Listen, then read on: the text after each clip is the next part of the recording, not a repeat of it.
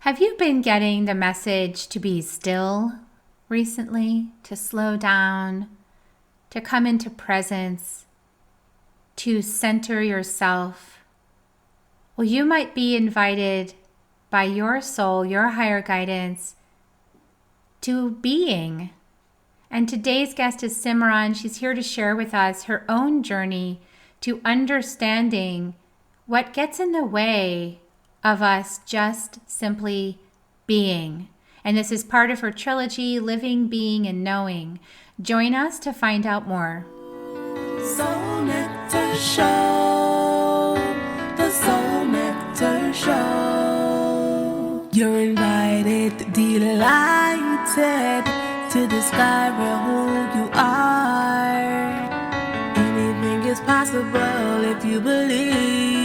So join us on this beautiful journey. Soul Nectar Show, Soul Nectar Show. Before we start this episode, I, Carrie Hummingbird, And I, Akeem Sami, want you to know that you are invited you're invited to join Soul Nectar Tribe. If you like what you hear on Soul Nectar Show, You will love being in person with us in Soul Nectar Tribe.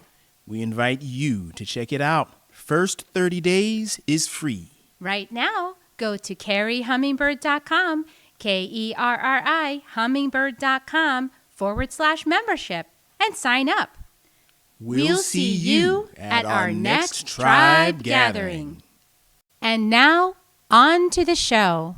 Hello, and welcome to another episode of Soul Nectar Show, that show where we talk about all things essence, where we gather around the campfire and we share our stories of connection to that which is bigger than us, to the great mystery beyond the veil, to those synchronistic moments that lead us inexorably towards a new understanding of ourselves and others on this journey of life as we walk the planet Earth. I'm your host, Carrie Hummingbird, and I love these conversations week after week on Soul Nectar Show. They help to illuminate me. They help to expand my understanding. They create connection with other people also on the journey. And, you know, there's nothing like having community for this kind of journey, and the kind of community that doesn't actually expect you to do it their way. You know, so that's a really new paradigm on Earth where we can embrace that each of us is having our own understanding, our own direct connection, our own life journey into the mystery, and that all of it is valid all next to each other. So to be able to hold that space and allow everything to be just what it is. And in fact, today we will be talking about being. You know, being is different than thinking how it should be, or trying to make it a certain way, or efforting a certain direction. And so we're going to hear a lot about being today from our guest, Simran, who is back to visit us again. Welcome, Simran. Delightful to be with you, Carrie, as always. I'm looking forward to the conversation. Yes. And so anyone who's been listening, and maybe this is your first time hearing our podcast, and so let me just share that Simran is a globally recognized speaker and catalyst for love, compassion, and humanity. She's the publisher of 1111 magazine, a host of 1111 Talk Radio, and a guide for 1111 InnerViews TV. And she's also an artist and a poet and a soulful mentor and a mama. And so Simran's the author of several multiple award-winning books, and she's releasing a trilogy right now of books called Living, Being, and Knowing. And so we had another interview about the Living book, and so you can put a link to that in the show notes so you can check that out. And now today we're talking about being. And so excited to have this conversation with you, Simran. Before the show, we were chatting, and you were asking me about my recent journey to Peru and what that experience was like. And, you know, I have to say, it is a story of being, because I was listening to my guidance. And for the whole month leading up to that retreat, where I normally would have been hiking in the woods and preparing my body and getting really good at altitude and, you know, going on ups and downs and hikes and getting my muscles strong, I was told to be, and I was told to be still. And I was told to basically do nothing, like lie still, lie flat. And I'm thinking, my body isn't going to do well with this. Hike to 16,000 feet on Alpsangate being still the entire 6 weeks leading up to the trip. But in fact, there was a deeper message and a deeper transformation that happened because of my physical challenges from having been so still. And so I think you already kind of understand where I'm going with that, Simran, and anybody listening. It's like sometimes it's following that guidance leads you to a deeper transformation than you could have imagined for yourself. And that's why we slip into being. So Simran, where do you want to pick up the story? Where do you want to, where do you want to launch off into this big conversation? I'd actually like to go with what you've just shared in regard to how you were guided to be still before the ascent, the climb, the walk that you were to undertake. And I wrote this trilogy to help individuals understand their multidimensional experience and how we navigate life, how things come at us, and what's really taking place within us as we do so. You know, we live in these identities and these personalities and personas. So we think that what we are seeing with our two eyes and what we're hearing with our two ears is really all that's taking place. And that's what's discussed in Living. And I go into the 7 blessings of human experience in that book and how we encounter these unorthodox blessings that end up being things like chaos or conflict or challenge or darkness, or sometimes even deaths that take place within our life. But to get to that process, to get through that process and to understand the full multidimensional landscape, what I had to do was commit to being still. And I stayed still for approximately 7.5 years. And so what you were talking about being still and then getting the awarenesses as you then encountered the challenge is really in line with what these books are trying to say. Is you're going through life, you're encountering these challenges, but there are these moments that are going to hit your life that if you're willing to really be still, you're not just going to encounter that surface place of being, which is stillness. You're going to encounter all the aspects of being that are always present within your experience. It's not just the persona, identity, personality that is present in this moment. There's an animal you, there's a shadow you, there's a monster you, there's a demon you, there's a God you. And they're all here simultaneously. It's just your presence is only activated in one of them. So this book is really about helping people understand the 7 illusions that derail our personal power, purpose, and peace. And they have everything to do with all the levels and aspects of being that we are unconscious of. Now I'm imagining that that these 7 illusions are also ways that we have been conditioned through what the Toltecs call the Smoky Mirror to think about life in a certain way through a certain lens, which is our personality, our identity. But that we, you know, most of society up until now, the last thousands of years, has been constructed in such a way as to keep us trapped inside this surface identity understanding, this transient persona identity, because that way we're powerless, right? I mean, if we don't access these other aspects of ourselves, we only have the limited amount of power that we can exert in a physical body on a timeline that has, you know, a certain amount of energy, and then that's it. Like, you can only do so much in a day. You can only achieve so much from the small self. And you know, we live lives that are constrained to keep us in that small self. Like, you know, these, even the social media, but bing, bing, bing, bing, bing, bing, bing. And then you're constantly paying attention to that thing. And then, you know, you've got your job and you've got to be there all day long and be productive. And then they're watching over your shoulders, make sure that you're paying attention to the job. And, you know, all of these things that needing the money to begin with, like, oh, I have to do this because I have to feed my family kind of thing. Like, we're just caught in this web of having to do, and then we can't, you know, we have to be courageous to make the choice to be, you know. So I turned off my business for, you know, a month, which for me was a lot because I'm a manifestor and I love to move around and I like to be in the flow and in my hummingbird and here, there, and everywhere. And, you know, being in the stillness inside the motion too is also possible.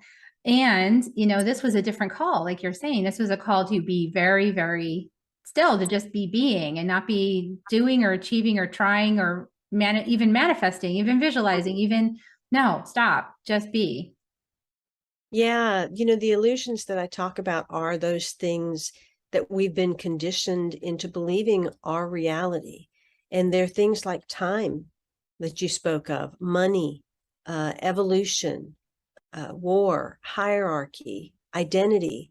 All of these constructs are really illusions, but they're illusions that trap us.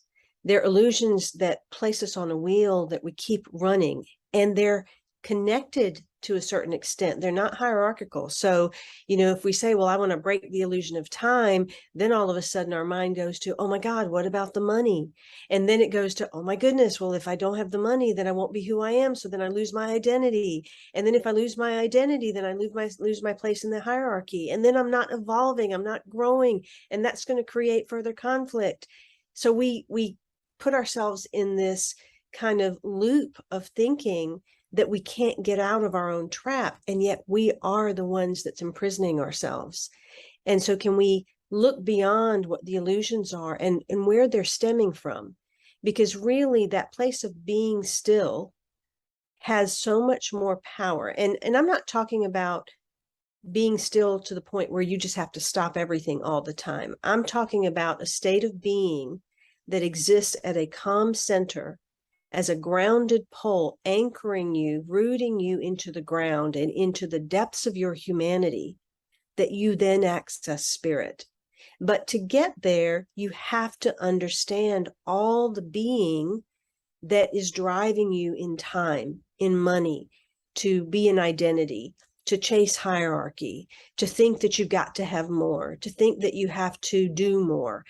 Who are all those beings? Are they really who you are, or are they animalistic cravings?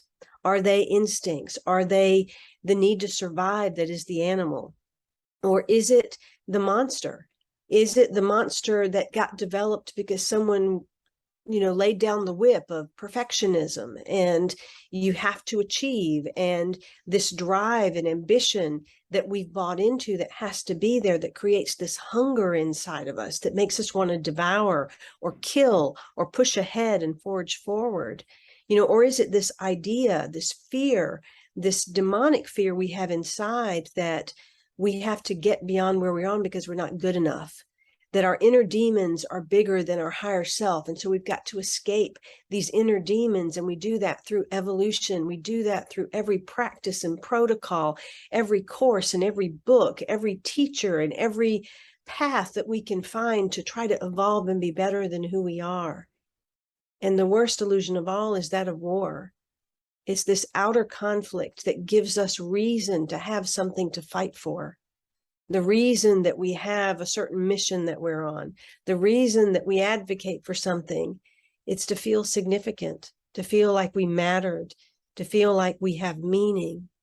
And so when we get caught up in all those lower vibration states of being and the lenses that they're looking through and the feelings that they're having, but we're not conscious of them, then we don't understand why we are exhausted. We don't understand why we keep doing things unconsciously. We don't understand why we keep bumping up against challenge or chaos or discomfort.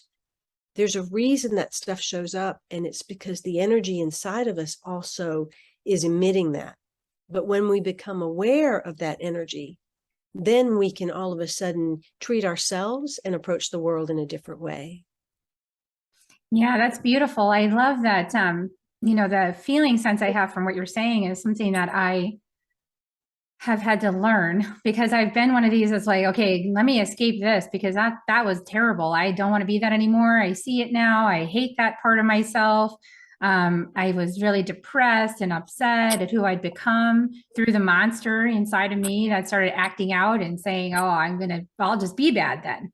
If there's just no way to be good or be perceived as good, then I'll just be bad. And actually it was so liberating for a while to be in that space. Like, wow, I can just do what I want, and too bad.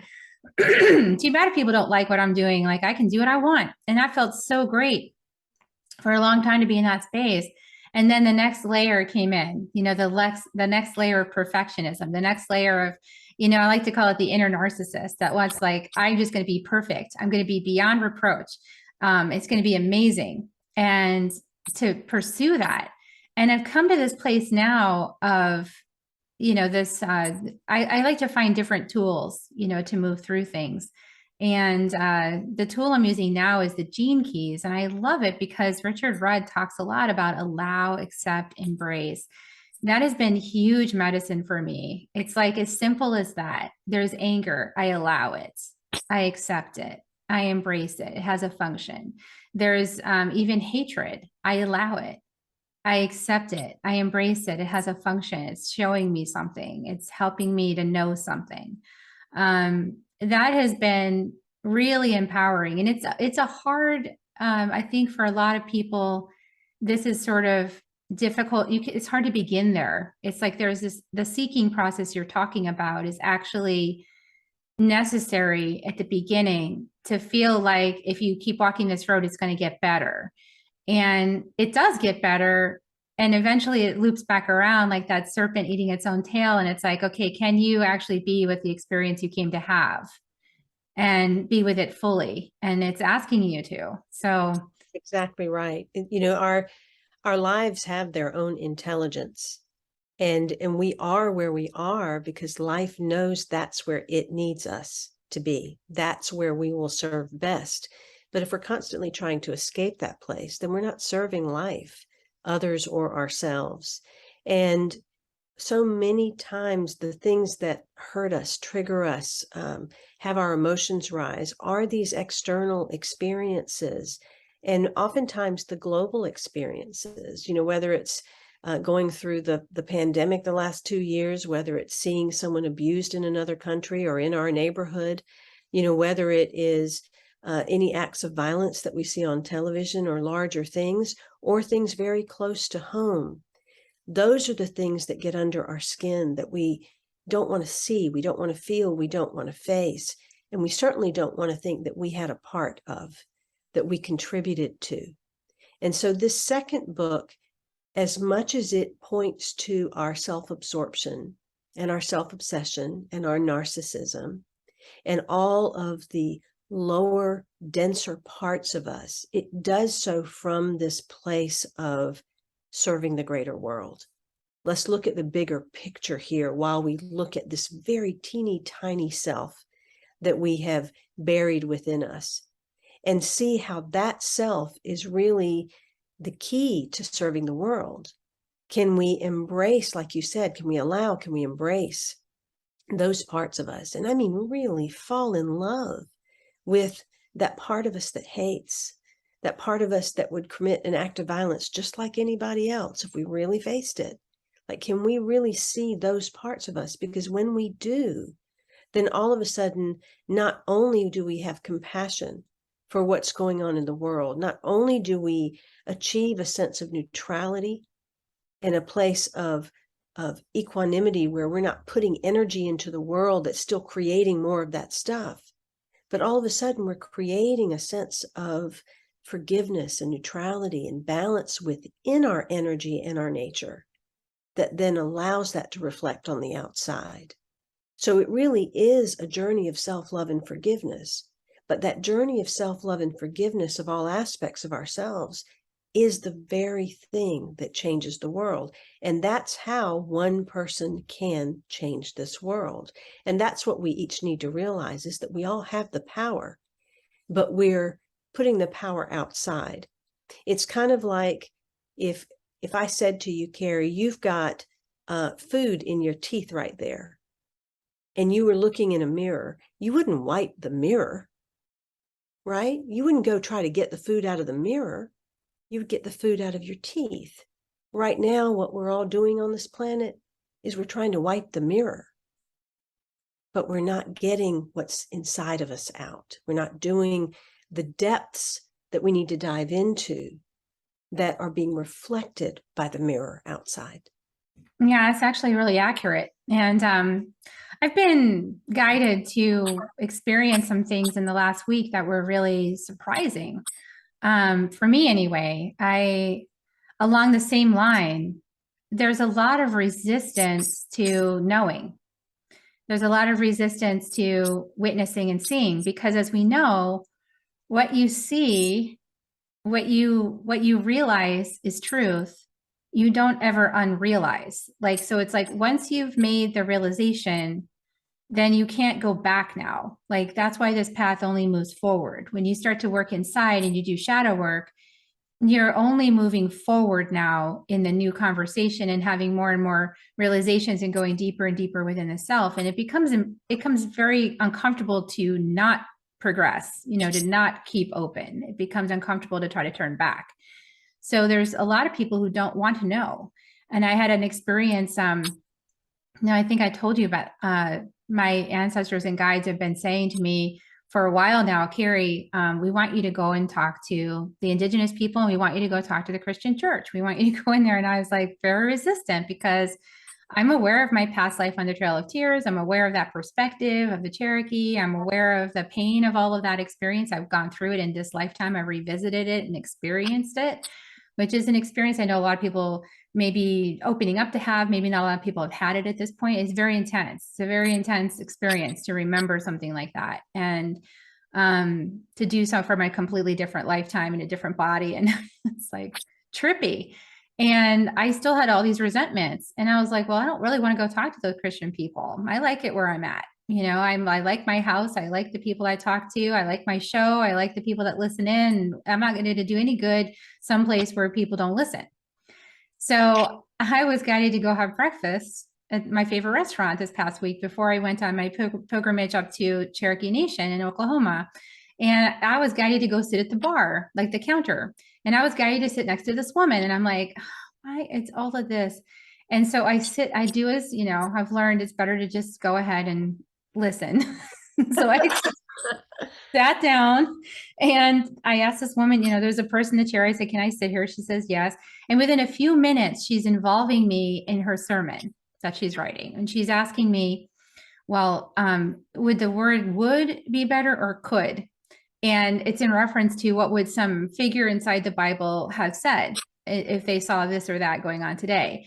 And I said, well, if you want to sound certain, then would is the word you would use. But if you want to be more honest, you'd say could, might, may, have, you know, and because you don't know that person. You're sort of projecting a lot of things on this other that you've made up by reading this text. And so, of course, I'm immediately confronting this woman, you know, in her deepest beliefs. And just by nature of being myself and sharing what I'm seeing, she's confronted, and I can feel it because I'm a healer, right? So like so much came up in the space because how do you know it's hers? How do you know it's not yours? And so all of those, I'm practicing all the skills of discernment that I've been using for so long. And I'm just like, and I'm just opening and releasing, opening and releasing, opening and releasing, having compassion. She doesn't need to be fixed. Nothing needs to change. And just going deeper and deeper into that. And we actually had a really good conversation during the result of which one key thing, which is why I'm bringing this in, is that she said, I said, well, she said she was really upset with angry Black people. She's an African-American woman. And I said, well, I think Black people in the country today have a reason to be feeling upset. You know, if they're feeling their ancestors and what their ancestors have experienced, ouch, that's up in the space for healing. That's up in the space for witnessing and embracing, like, this is what happened in this country and this is what happened to our ancestors. And it's happening inside your body because you have ancestral DNA. So feel that. It's okay to feel angry. And she looked at me like I had three heads. And like, here I am, this white woman, white presenting woman, telling her that it's okay to feel angry and hateful. And she's like, no, I don't want anything to do with that. And she said, well, it seems like your ancestors really mean a lot to you. And I said, yeah, they do. And she said, well, what matters to me is Jesus Christ. And I said, well, what about your ancestors? And she said, I don't want to know anything about them. I was shocked. I was so surprised and didn't expect that. You know, I didn't expect that outcome.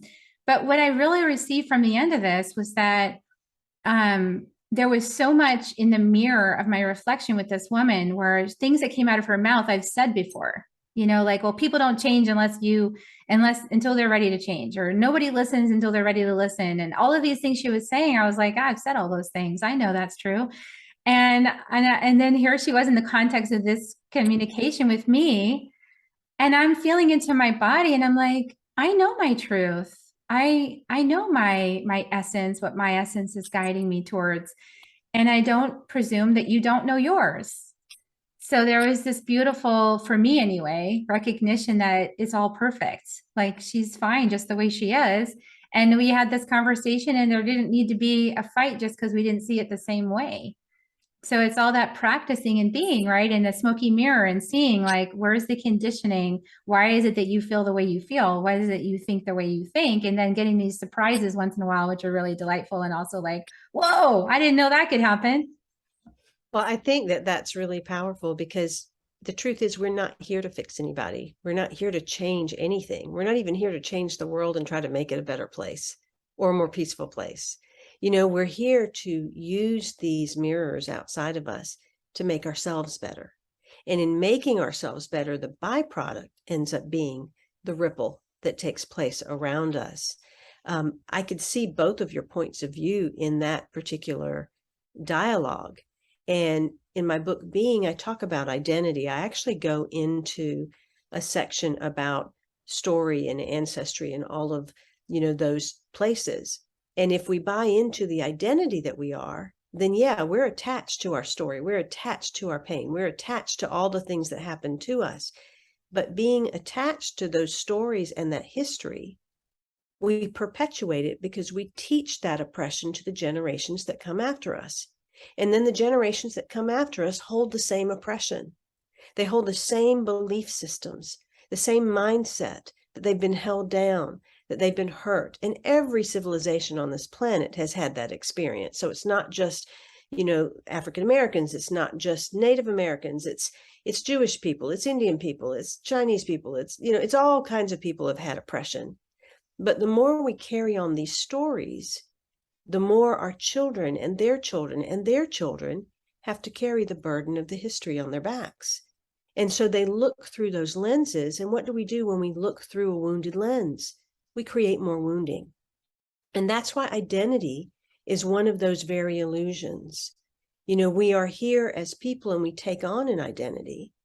But if we look at the bigger picture, what's the true identity that we're here to take on? And that would be the divine identity. That would be the one soul. That would be love.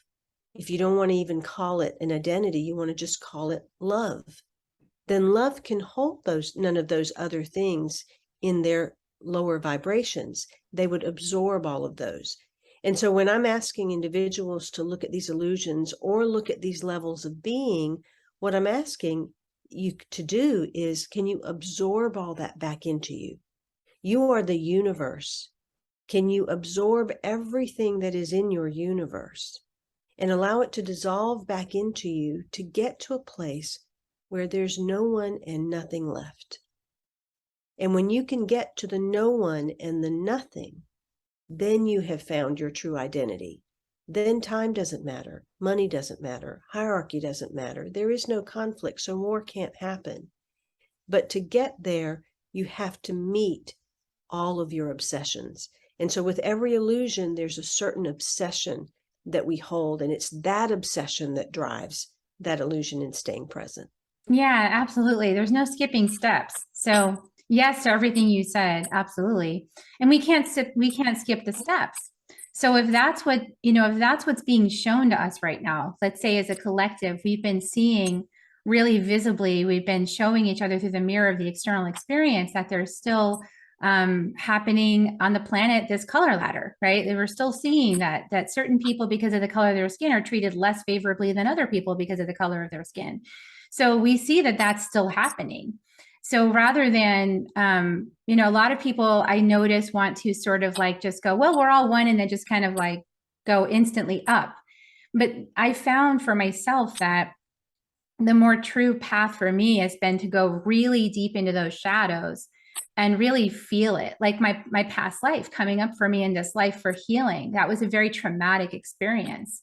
And to process that fully in this lens from this other identity, right? I'm not even the same identity, but somehow it merged with my identity. I don't know, it's difficult to talk about, but that identity merged with this identity. And from this self, I was able to feel that self and really honor and witness the whole experience. And what actually happened for me up in Cherokee this time, was that the West came. I'm writing my next book, and the West came, and the West said, Carrie, let's go over what you did to heal the relationship with your mom. And I was like, okay. So I retraced my steps, and at the end of the day, it was gratitude. It was being grateful for my mom and how she showed up in my life. And then I realized I was being invited to apply that same principle to the Trail of Tears. Oh my goodness. Oh, wow. Okay. Okay. Let me be with that. And I could feel like all of these energies moving inside of me, like this really deep transmutation process as I accepted that gratitude. I know gratitude is the answer to transmute and release these energies. And if you can't come to gratitude for it, it's not going to transmute.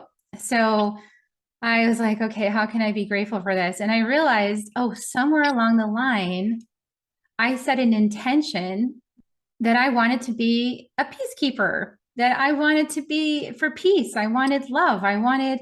And in this lifetime, it's like I want to know myself in truth beyond all the things, right? So like you're saying, well, in order to get there, I've got to face the loss of something I love so dear, face the loss of something to realize that I don't lose myself, like to realize that it didn't go anywhere. Like it's still there. I can always travel back if I want to experience it in time. I can go anywhere all over time if I want. My ancestors were all over the woods for me, and they didn't go anywhere. They're still there. And it's like, wow, okay, even though in the third dimension, in this reality, they don't exist, but they still exist. They're all over the place. So it was really profound, like where you're talking about this embodied lesson. And I would say embodied, this embodied reconciliation of this experience. And it took me an extra half a lifetime to get there, but that's okay. I feel like whatever time it takes you, it's all a continuum. But to realize these intentions set so long ago, like maybe I was some child in some Cherokee tribe going, I really admire peace chiefs. I want to be one of those. And then it sets in motion all of these life experiences that lead me towards the fulfillment of this greater intention, right? So it's kind of interesting. Yeah, the part you said about feeling, I want to make sure that it's really understood that what I am saying is you have to feel it. It's coming up that, I'm seeing other Black people that are angry and upset, and I don't want to be that. We have to feel that. We do have to let it be absorbed and dissolve in our bodies. And only then can we see that bigger picture. It's this interesting paradox of allowing ourselves to be the smallest self and the largest self simultaneously, and doing the work to let those two come together and meet. That's the infinity that we're after. And as we move through each of the obsessions and we understand how they're reflecting on a global scale with the things that we are encountering, what we tend to find is that we've fallen down a specific hole, whether it's indifference or apathy, or whether it's hate, or whether it's revenge. Have fallen down to this very deep core energy that kind of viscerally is activated in us that we have no clue is existing. While this other driving intention, like you talk about, is trying to make its way, but this other core visceral experience is happening in our bodies that we can't put words to, but we can feel it, but don't want to feel it. And so the detail is letting ourselves feel it. And so as I move through telling people how to feel all these things and move through these illusions, there are these certain keys that they can step into that allow them to not only absorb what they have been trying to resist, but then create that new way of being that's a higher octave than where they were. We will never get rid of these parts of us that are shadow, animal, monster, or demon. They're part of us. They're the other part of the whole. What we are here to do is be present to all of it so that we can feel our wholeness. Because creation, or the void, it is the full encompassing allness of everything dark to light. And until we're willing to embrace that about ourselves, we can't really feel our wholeness, much less touch our humanity. Yeah, I love that. I think that the way that I also listened to Paul Selig and his work, channeled work from the guides. And one of the ways that came through in this last thing I was listening to was if you want to go to the upper room, but you say you don't want to bring war with you there, then you will not be understanding what we're saying. And so it was more like what you're saying. It's like, as you embody those, the deepest part of ourselves in the light, as no longer cast out of the garden, no longer shunned, no longer judged and blamed and ostracized and like, get out of here, negative energy. No more of that. But like, as we embrace that, it's like, oh, that's my pathway through which, like, these tremendous losses for me on the Trail of Tears, and a culture that I loved, an experience that I absolutely adored, people that I loved, and lands that I loved, and teachings, and all of this that opened my heart so greatly. And then to have the loss of all of that, and then so much so that I had to have another whole lifetime, sort of experiencing that. I mean, that's a whole lot of like, I've got to embrace this. I was like, okay, like, this loss is for me. This loss is for my evolution. It's to help me somehow. It's to deepen me. It's to expand my capacity. And then in the, like, sort of in the clearinghouse of the West, then the space is opened up for more love to take residence there. But we have to be willing to be moved down the river. And so sometimes this war and these things, these losses, are part of the cycle. Yeah, I have found that grief is one of those portals that catapult you through a wormhole. They really allow you to feel everything and see life in all of its intricacies. You can literally place your hand through the hologram and see every aspect of yourself and how different things work, because grief slows you down in a way that you begin to witness things that you wouldn't normally witness in your normal, everyday, happy-go-lucky kind of state where you're oblivious to really what's going on. It brings you to a place of deeper presence, and it allows us to be more compassionate. And ultimately, the only way we can feel compassion for another is to stop long enough to say, can I feel what they might be feeling? And if they're in front of me, is that perhaps a feeling inside of myself that I've not accessed yet? So going through this process not only puts you in touch with those emotions, those feelings, those sensations that you might not be conscious of, but it begins to cultivate aspects within you, cultivate aspects of devotion or kindness or compassion or love that would not have been there before. Because there's a level of presence, not just from the eyes and ears that we utilize as physical senses, but from a deeper listening, a deeper seeing, a deeper sensing that we have the opportunity to access. But we can't do it if we're constantly moving. We can't do it if we're striving to just be a certain image or try to portray a certain thing. It does really require bringing all of our energy back into our body and being self-centered in a different way, centered so deeply in this self that we're able to see the whole, to be with the whole, because we've been with it within ourselves. Yeah, that's Rumi. We're not a drop in the ocean. We are the entire ocean in a drop. And when we know that, and I was sharing with this Christian woman in the conversation, I pointed to a glass of water and I said, hey, that glass of water, the indigenous people say that every person alive, all the ancestors, every animal and plant has drunk that water that's in that glass right there. That's how connected we all are. And she said, wow, that's really interesting. And You blew her mind. I think I did.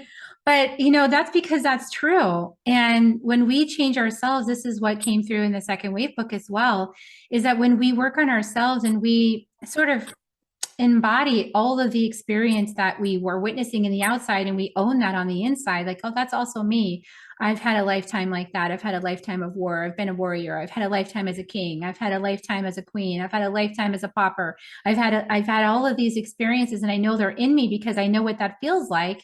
How would I otherwise know what that feels like inside of me, what somebody else is going through, if I hadn't gone through it?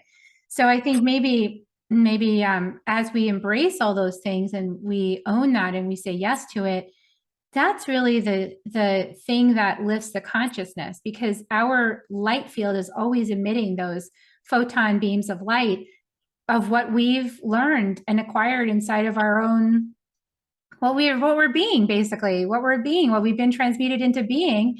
It's a state, it's embodied. It's an embodied state of being. So whatever you are that's emanating is being received by everything out in the world. And then you can't turn away from anyone. You can't turn away from something that you see. You can't, pretend you didn't experience something. You can't pretend that you're not a part of something happening on the other side of the world.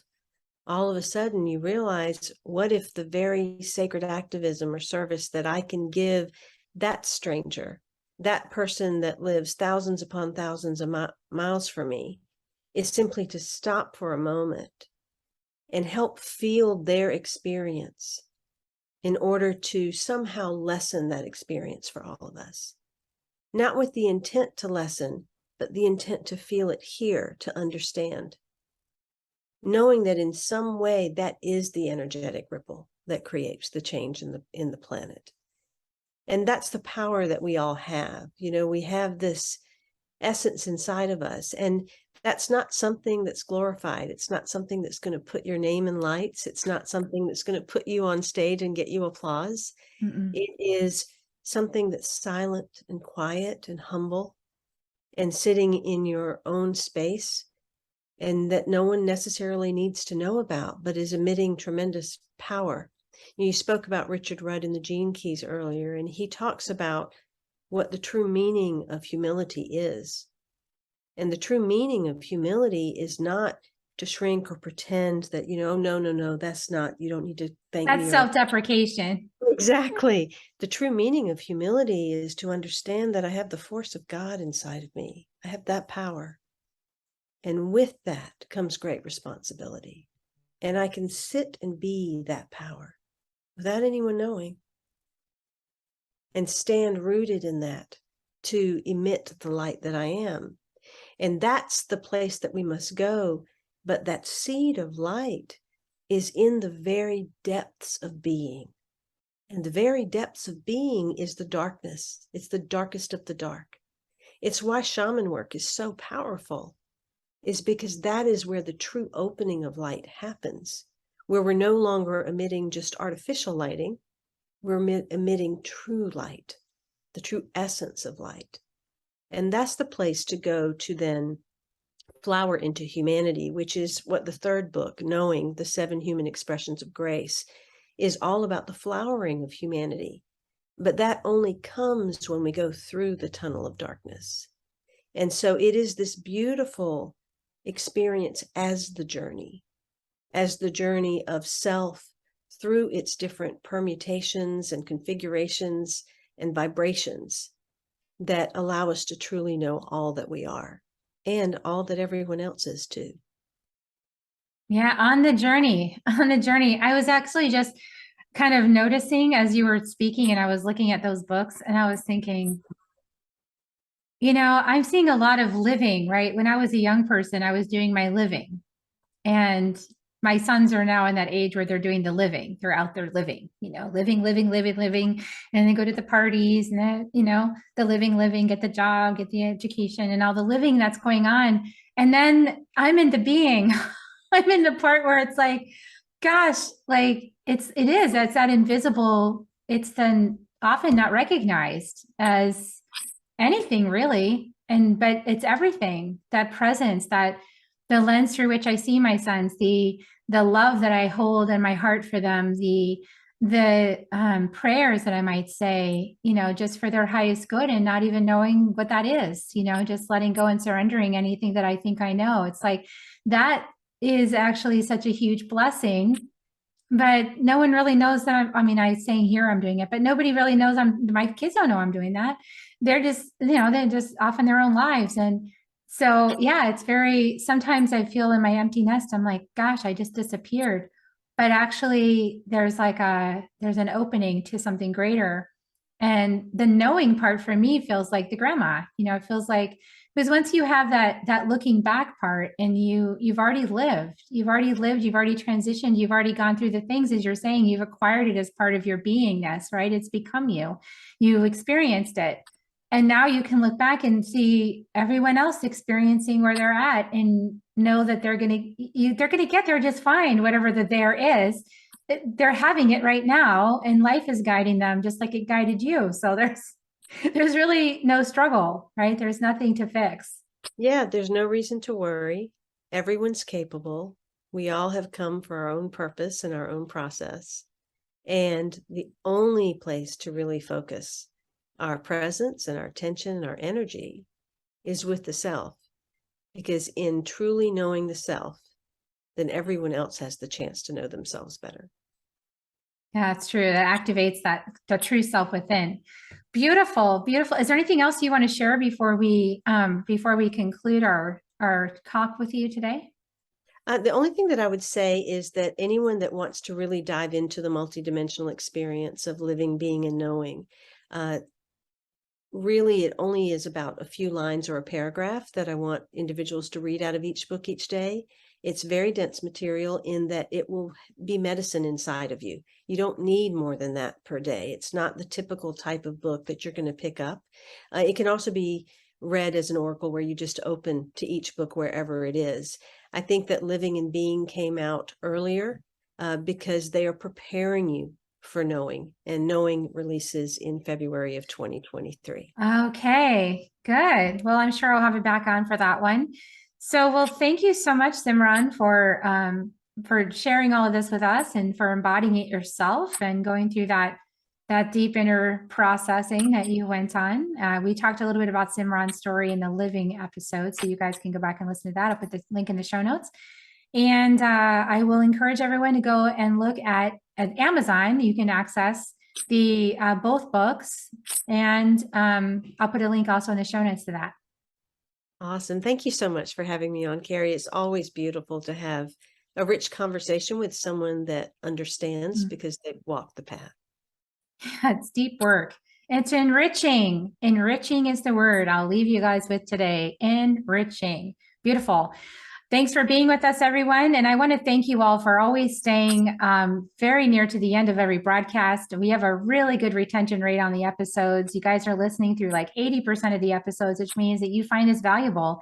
And that just warms my heart. I'm so grateful that you find this useful information and you stay with us until the end. I'm going to give you kisses now after I encourage you to, since you like this so much, please share it out with some more people and share it with whoever you think might be interested. And here come your kisses, everyone. Would you like to join me, Simran? Sure. Here they come. We love you, and we welcome you to Living and Being this week. Bye for now. If you found even one gold nugget in this episode of Soul Nectar Show, will you do us a favor? Will you subscribe, like, and share this episode? Maybe even write a comment and let us know what you thought about it. We really, really want to engage with you at a much deeper level. Let's be part of community together. Have a great week, everyone. Bye for now. To dive in deeper to nourishing conversation, visit soulnectar.show. Soul Nectar Show. Awaken, Nectar Show. Take a sip from the drip of nectar, from the source of who you are.